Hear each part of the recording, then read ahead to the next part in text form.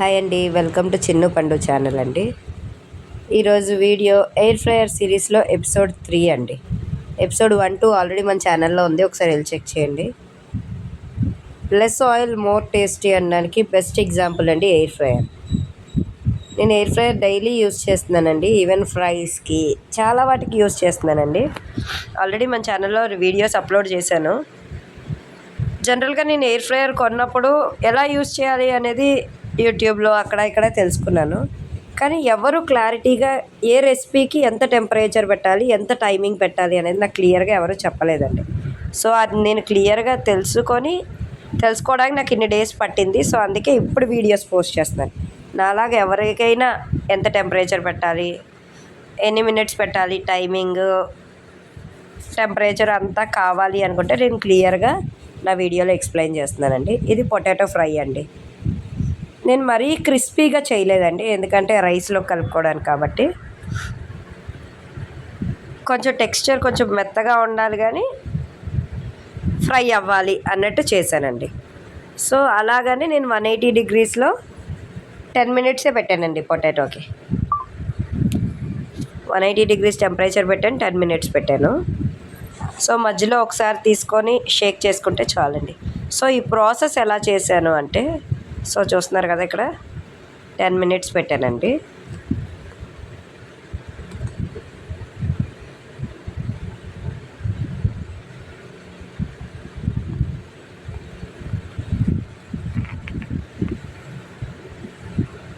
చూడండి, 180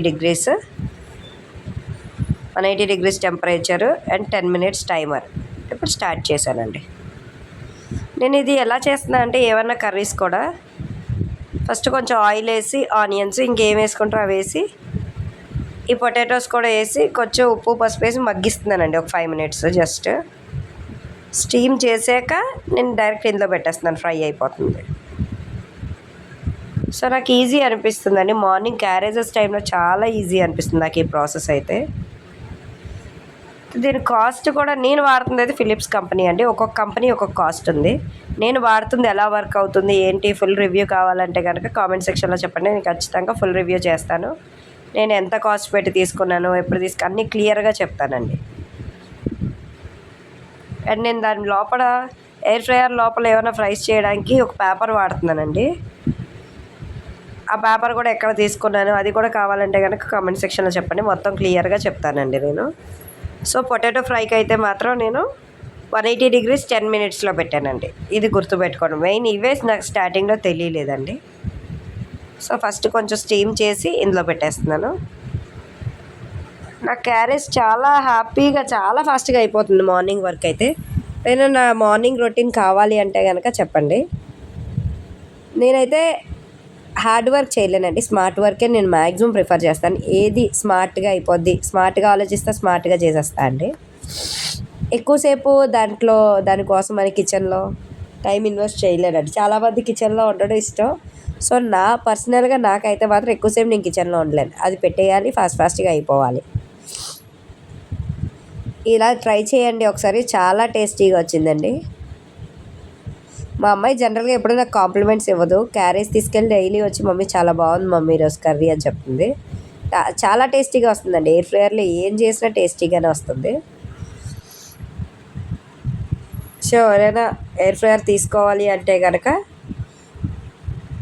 నాకు కామెంట్ సెక్షన్లో చెప్పండి, నేను సజెస్ట్ చేస్తాను. అంటే నేను వాడుతుంది ఏంటి.